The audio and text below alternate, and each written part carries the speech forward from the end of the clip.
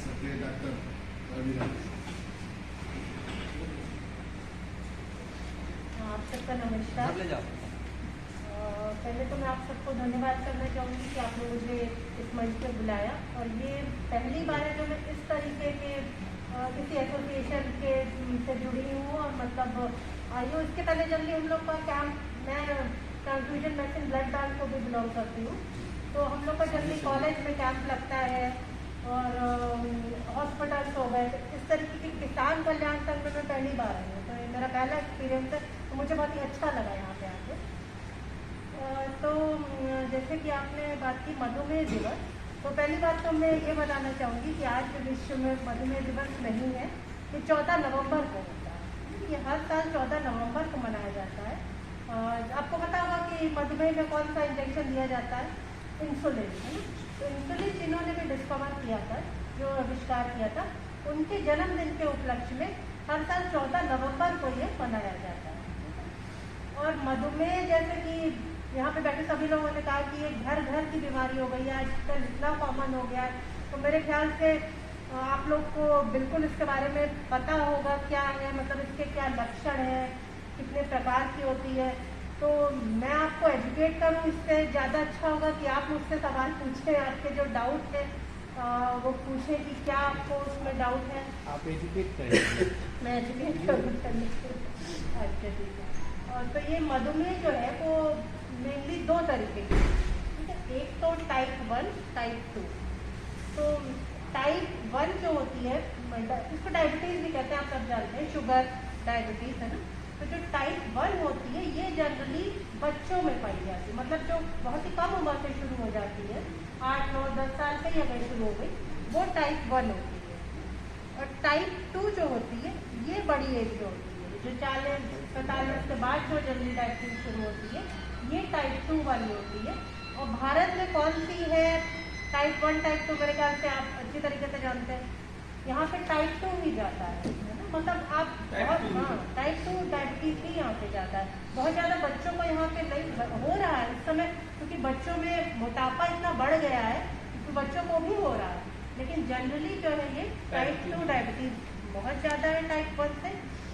और इसके कारण क्या है, मेरे ख्याल से आप अच्छी तरीके से जानते हैं। बेसिकली एक लाइफ स्टाइल डिजीज है, क्योंकि जो हमारा जो खान पान है, हमारा जो मतलब कोई भी एक्सरसाइज नहीं हो रही है, उल्टा सीधा खा रहे हैं, तला भुना, बैठे रहना हर समय, तो ये लाइफ स्टाइल डिजीज है। मतलब कि ऐसा नहीं कि किसी पर्टिकुलर वजह की से हो रही है। तो हमने अपना पूरा जो जिस तरीके की दिनचर्या हमारी होनी चाहिए उससे बिल्कुल ठीक उल्टी हो रही है। उल्टा सीधा खा रहे हैं, जो परिश्रम करना चाहिए वो नहीं कर रहे हैं, मानसिक तनाव ले रहे हैं ना। तो ये सारे कारण मिल के हमारी बॉडी का जो मशीन होता है उसको गड़बड़ कर देते हैं, और तो ये डायबिटीज हो जाती है। आपको पता है ना कि ब्लड शुगर को कौन सा हार्मोन कंट्रोल करता है? उसका नाम होता है इंसुलिन।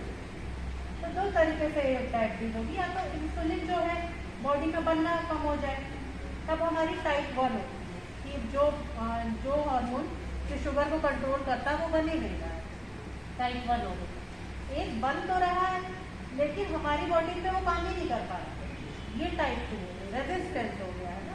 वो बन रहा है लेकिन बॉडी पे काम नहीं कर पा रहा, ये रेजिस्टेंस हो गया, जो कि टाइप 2 में होता है, और जो कि मतलब जनरली पाई जाती है। तो किस तरीके के लोगों को ज़्यादा हो सकती है ये टाइप 2 डायबिटीज? मेरे ख्याल से हाँ, 40 तो एज का फैक्टर हो गया है ना, एज ज़्यादा मतलब है 40+ वालों में ज़्यादा होगी। दूसरा मोटापा, आप लोग को अच्छी तरीके से पता है कि स्पेशली जो ये पेट वाला, कमर जो फैलती है, तो ये वाला जो मोटापा होता है ये बहुत खतरनाक होता है ना। इससे डायबिटीज़ का बहुत ही सीधा रिलेशन। तीसरा फैमिली हिस्ट्री, अगर हमारे परिवार में किसी को, तो हमें सतर्क हो जाना चाहिए, अनुवांशिक, तो हमें सतर्क हो जाना चाहिए कि हमें भी हो सकती है। उसमें भी दो तरह, अनुवांशिक अलग होता है और फैमिली हिस्ट्री परिवार वाला अलग होता है। जो आपका अनुवांशिक होता है ना वो टाइप 1 करता है, जिसमें बचपन से ही हो जाता है। और एक जो परिवार में जैसे कहीं किसी को, उनसे जल्दी टाइप 2 होती है, थोड़े ज़्यादा एज पे वो टाइप 2 बीमारी होती है। दूसरा मतलब हो कि कुछ लोग जो होते हैं, जैसे हमारे एशिया के लोग जो हैं उनको वो जो हमारे जीन्स ही ऐसे है कि हमें डायबिटीज होने का खतरा ज़्यादा है ना। और अच्छा, वर्ल्ड में सबसे ज़्यादा कहाँ पर है डायबिटीज? इंडिया दूसरे नंबर पे है, अभी फर्स्ट नंबर पे चाइना है। चाइना तो लेकिन हम भी बहुत करीब पहुँचने वाले हैं। हमारा अभी करीब 77 मिलियन अरबों लोगों को यहाँ पे डायबिटीज है और दिन पे दिन ये बढ़ रहा है। भारत में हर तीसरा व्यक्ति हाँ हाँ बिल्कुल, आपने सही कहा, हर तीसरा व्यक्ति को यहाँ पे डायबिटीज है। अच्छा मैडम, अगर ये बताइए जो जी। मोटा आदमी हो, हाँ। अगर उसको पतला कर दिया जाए तो क्या डायबिटीज खत्म हो जाएगा? नहीं। देखिए दो ऐसा है? तरीके की उसमें देखिए दो चीज़ें होती हैं। एक तो जैसे मान लीजिए आपकी डायबिटीज की शुरुआत है ना, उसमें आपने अपने लाइफस्टाइल मॉडिफिकेशन कर लिया, आपने अपना वेट कम कर लिया, आपने अपना डाइट बहुत अच्छी कर ली, तो ऐसा बिल्कुल हो सकता है कि आपको दवाओं की ज़रूरत ना पड़े। और आपका मेरे जो ब्रदर इन लोग उन्होंने अपना ऐसे ही कंट्रोल कर रखा है। मतलब मैम इसमें एलोपैथी दवाई दोनों में से कौन सा ज़्यादा फायदेमंद? देखिए प्लेन के तरीके से अपना जीवन चलाएं तो हमें कभी एलोपैथ की जरूरत ही नहीं पड़ेगी। असली बात तो है कि हमें डायबिटीज होगी ही, लेकिन वो हम लोग चलते नहीं हैं उससे। इसलिए होता क्या है, स्थिति बिगड़ती जाती है, मोटापा होता जा रहा है, फिर स्थिति बिगड़ती चली गई, तब फिर हमें एलोपैथ दवाओं का सहारा लेना पड़ जाता है ना। तो इसमें भी आयुर्वेद में बहुत अच्छी दवाएं हैं, लेकिन मैं तो क्योंकि एलोपैथ की डॉक्टर हूँ तो मुझे आयुर्वेद की दवाओं का उतना ज्ञान नहीं है। मैं आपको एलोपैथ की दवाएं बता सकती हूँ, मेटफॉर्मिन होती है, इंसुलिन होती है, बहुत सारी दवाएं होती है। वो भी मतलब ऐसा नहीं कि एक ही दवा सब पे काम कर जाए, मरीज को देख के कि आपकी क्या ज़रूरत है उस हिसाब से वो दवा आपको दी जाए। अच्छा, तो जैसे मान लीजिए ये तो हमारे कुछ ये हो गया कि किनको ज़्यादा हो सकती है। अगर डायबिटीज़ के लक्षण क्या है? लक्षण इसके एक तो वजन बढ़ेगा, उसके बाद ही जल्दी डायबिटीज। इसमें भी दो तरीके की डायबिटीज़ है। जो टाइप 1 वाली डायबिटीज़ है इसमें वजन कम होता है ना, इसमें वजन कम होगा। जो टाइप 2 जो कि जनरली भारत में पाई जाती है, इसमें वजन बढ़ता है। वजन बढ़ना, प्यास ज़्यादा लगना, भूख ज़्यादा लगना, रात में बार बार पेशाब जाना, ये सब चीज़ें होती हैं है ना। और कई बार जैसे मोटापे के साथ ऐसा भी होता है कि भूख बिल्कुल ही बंद हो जाए है ना, इस तरीके की चीज़ें। क्योंकि ये डायबिटीज़ अपने आप में एक अकेली डिजीज़ नहीं है, इसके साथ कई बीमारियाँ होती हैं। मोटापा हो गया, डायबिटीज़ अपने साथ ब्लड प्रेशर को लेके आएगा, बीपी बढ़ेगा है ना। कई बार आजकल थायराइड की बीमारी बहुत, हर घर में आपको थायराइड की बीमारी है, तो थायराइड भी इसी से जुड़ा हुआ है। तो आपको थायराइड बीमारी हो गई, मोटापा हो गया, डायबिटीज़, सब आपस में जुड़े हुए हैं। फिर ये मतलब मोटापा अपने आप में बहुत बुरी चीज़ है, कई सारे कैंसरों को निमंत्रण देता है। तो ये सब मतलब इन सब के सिम्टम हैं। अच्छा, अब कैसे बचाया जाए, ये तो आपको पता ही है ना कि आपको लाइफस्टाइल मॉडिफिकेशन करते हैं, ठीक है। मतलब आपको अच्छा खाना खाना, जो भी हमने अभी खाया उसमें कुछ भी नहीं खाना चाहिए, तला भुना मतलब अवॉइड करना चाहिए, कम खाना चाहिए ना। मीठा है ठीक है, कब ले सकते हैं, ऐसा नहीं बिल्कुल नहीं, कम मात्रा में लें, मतलब कि हमें नुकसान ना करे। डाइट में प्रोटीन ज़्यादा होना चाहिए, जो जल्दी कम होता है हमारे डाइट में, प्रोटीन ज़्यादा होना चाहिए डाइट में। और एक्सरसाइज तो करनी ही चाहिए, फिजिकल एक्टिविटी, तनाव मुक्त रहना चाहिए, योगा करिए, योग से अच्छा कुछ भी नहीं है। आप योग करेंगे तो आपकी बहुत सारी बीमारियां अपने आप ही दूर हो सॉरी मैडम, एक बताइए, जो डायबिटीज के पेशेंट हैं उनको कितना सोना चाहिए? कहते हैं ज़्यादा सोने से ज़्यादा होता है, ऐसा कुछ नहीं है? नहीं, ऐसा बिल्कुल ही। देखिए सिर्फ डायबिटीज नहीं, हर इंसान को करीब 6 से 7 घंटे की नींद लेनी ही सामान्य चाहिए। नींद 8 घंटे, हाँ 100% को 8 घंटे। 8 घंटे आप लेखा बहुत अच्छी बात है, लेकिन अगर उतनी भी नहीं ले पाते थोड़ा कम हो तो आप 6 से 7 घंटे की नींद भी अगर ले पाते हैं तो काफ़ी है। 6 से 8 घंटे मान लीजिए, उतनी नींद काफ़ी है। ऐसा नहीं है कि मतलब ज़्यादा भूख ज़्यादा डायबिटीज, ऐसा नहीं, बल्कि अगर आप बहुत कम सोएंगे, जैसे 3-4 घंटे कुछ लोग सोते हैं, तो वो फिर आपका स्ट्रेस लेवल बढ़ेगा, टेंशन बढ़ेगा, तो आपका वो डायबिटीज और गड़बड़ करेगा ना। और बहुत ज़्यादा सोना भी, आप 10-12 घंटे सो रहे, वो भी बुरा ही है। तो जो बेसिक रिक्वायरमेंट बॉडी की है 6 से 7 घंटे 8 घंटे, उस तरीके से सोना चाहिए। एक हमने पढ़ा था तो उसमें था कि 8 घंटे की जो नींद होती है वो तो पूरे best शरीर को हाँ, एक कर देती है 8 घंटे और आप बीमारी से भी ग्रसित नहीं होंगे। वो बिल्कुल आप सही कह रहे हैं, लेकिन आजकल का मतलब ऐसा वो लाइफस्टाइल है कि 8 घंटे की नींद हाँ हो नहीं पाती है जल्दी, 6 से 7 घंटे की ही नींद हो जाए, वही बड़ी बात है।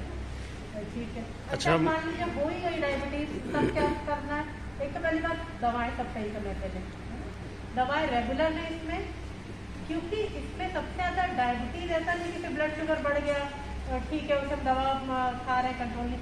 अगर आपका डायबिटीज कंट्रोल नहीं हो तो आपको पता है कि सर से लेकर पाँव तक ऐसी कोई भी ऑर्गन हमारा शरीर का नहीं बचता है, अंग नहीं बचता है जहाँ पर बुरा असर नहीं होता है ना। पैर कट जाता है लोगों का, अंधे हो जाते हैं, मतलब कोई भी ऐसा ऑर्गन अंग नहीं है जिसपे ये बुरा असर न डाले। इसलिए बहुत ज़रूरी है कि शुगर को कंट्रोल किया जाए। और अगर मान लीजिए डायबिटीज में क्या होता है कि देखिए अभी जो ये कोरोना का चल रहा था, ये बार बार पेपर में आ रहा था कि किन लोगों में डेथ ज़्यादा हो रही है डायबिटिक में, हार्ट पेशेंट में, क्योंकि डायबिटीज वालों की जो रोग प्रतिरोधक क्षमता की कम हो जाती है। हाँ, और जो ज्यादातर मौतें हुई हैं मैम उसमें डायबिटिक ही ज्यादा, डायबिटिक वालों की ज्यादा 80% डायबिटिक पर्सन। हाँ 80% वालों की।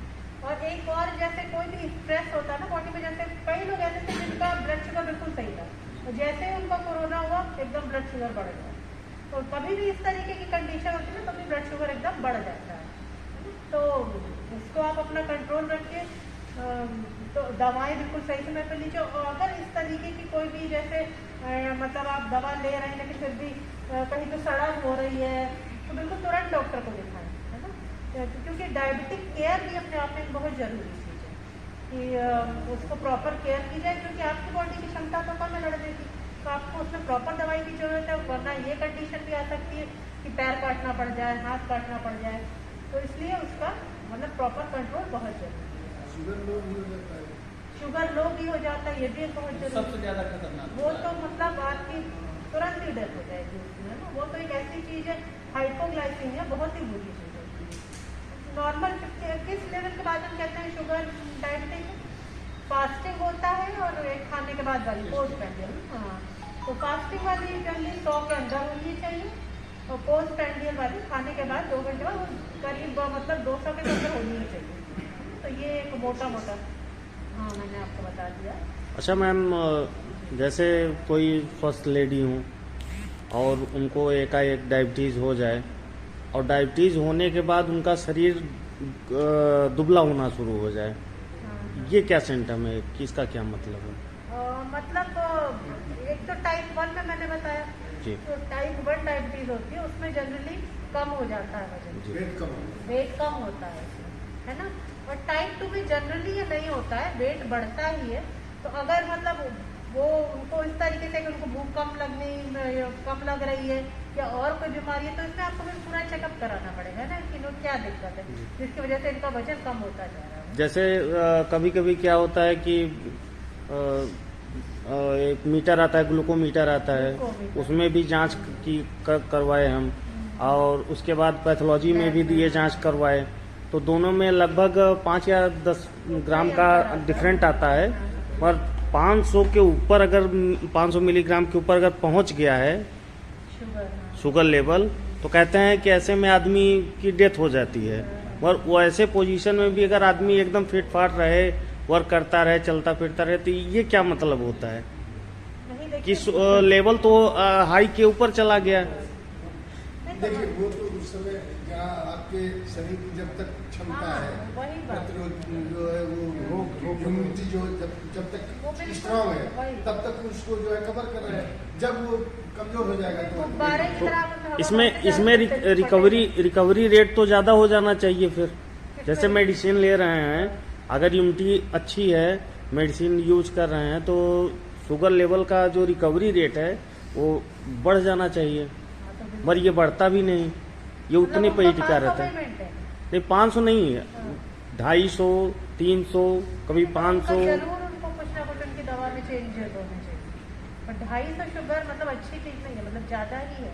इसमें देखिए क्या होता है कि कई हम लोग जान पे मतलब बिल्कुल सही लग रहे थे, शुगर लेवल उनका बढ़ा था, कोई ध्यान नहीं दिया, हुआ क्या, हार्ट अटैक पड़ गया, और उससे साइलेंट हार्ट अटैक पड़ता है उनमें, मतलब उनमें दर्द नहीं होगा। जल्दी हार्ट अटैक में दर्द होता है, हाँ जो भी हार्ट अटैक है पहले अटैक में लोग पहले अटैक फर्स्ट अटैम्प्ट में ही ज्यादातर होते हैं। तो ये साइलेंट हार्ट अटैक इनमें बहुत होता है, दर्द नहीं होगा, सोते सोते डेथ हो गई, है ना। तो ये हमेशा खतरनाक है, भले ही वो आपको दिखने में स्वस्थ लग रही है, वो स्वस्थ नहीं है।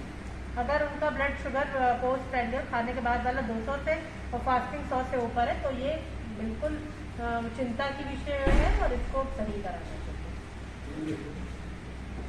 अच्छा, एक क्योंकि मैं आप सब इतने पदाधिकारियों के बीच में हूँ और इतने बड़े मंच पे आई हूँ, तो मैं आप लोगों से ये एक चीज़ कहना चाहूँगी कि ये जो मंथ चल रहा है पूरा 14 जून से लेकर 14 जुलाई तक, ये हमारा विश्व रक्तदाता मंथ चल रहा है। रक्तदान, हाँ रक्तदाता, रक्तदान वाला मंथ 30 चल रहा जून है। को मैम जौनपुर जिले में जी जी। एक अजीत प्रताप सिंह जी हैं, वो सचिवालय में कार्य करते हैं, उन्होंने एक बनाई है वानर सेना। अच्छा, तो लगभग 1000 लोग जौनपुर जनपद में 30 जून को रक्तदान कर रहे हैं। माननीय जिलाधिकारी भी रहेंगे उसमें और बड़े बृहद स्तर पे हो रहा है और इसमें काफी जेलर भी जुड़े हुए हैं। अच्छा, सरकारी कर्मचारी हैं जिसको वानर सेना को चला रहे हैं। सोशल मीडिया साइट पे किसी को कोई जरूरत हो तो वो हेल्प करते हैं, ब्लड की व्यवस्था करते हैं, बेड की व्यवस्था करते हैं, ऑक्सीजन की व्यवस्था करते हैं और दौड़ के करते हैं। बहुत अच्छी होती है।